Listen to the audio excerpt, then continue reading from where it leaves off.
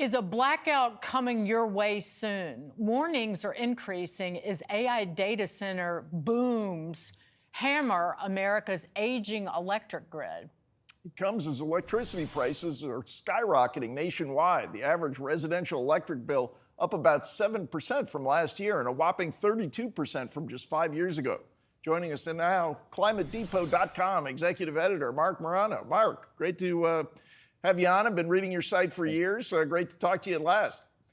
Thank you. Happy to be here. So this question, we've talked a lot about the need for generation of power from reliable sources, but there's also a challenge here in terms of transmission, getting that energy from where it's produced to where it needs to go.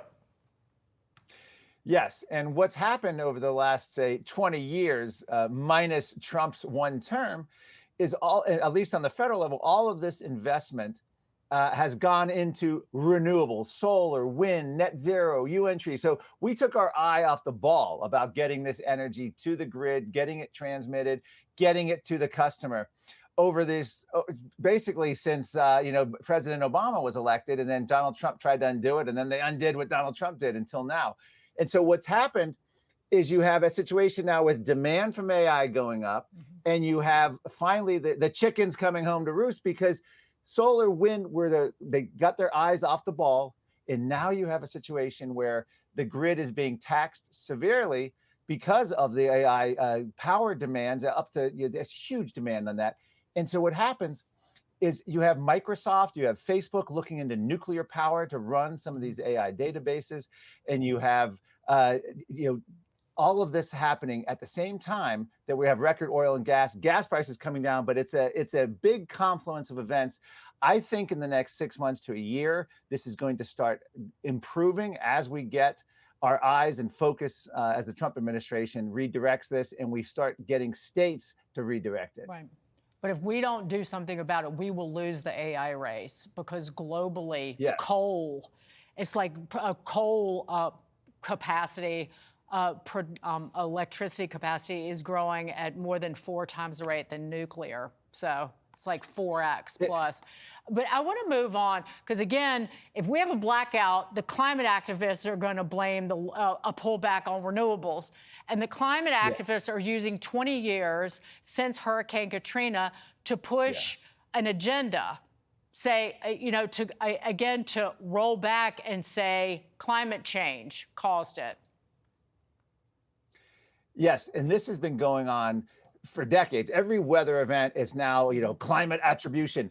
The bottom line is even the United Nations admits hurricanes are not increasing. Hurricane strikes are not increasing. Landfalling hurricanes are not increasing. And the idea that where this was in all these articles are all about, the cost of these disasters. The costs are going up, but not when you adjust for inflation. They're actually declined. There's actually been research on that by people like extreme weather expert, Dr. Roger Pilkey Jr. And what they're trying to do now is blame every bad weather event on climate and turn this into a moment of activism and proof of climate change.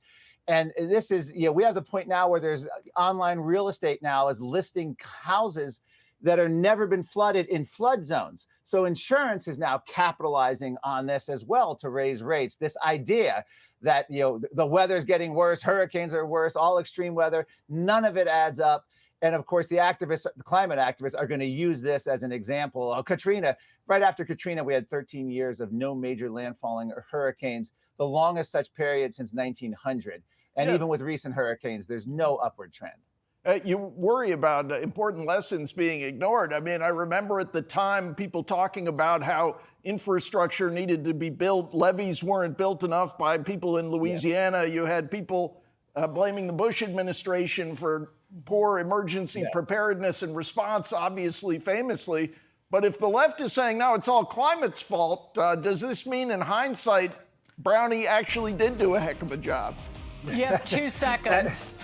Yeah, that's right. No, this was not climate change, and I think people realize that. Marc Morano, you're the best. Thank you so much.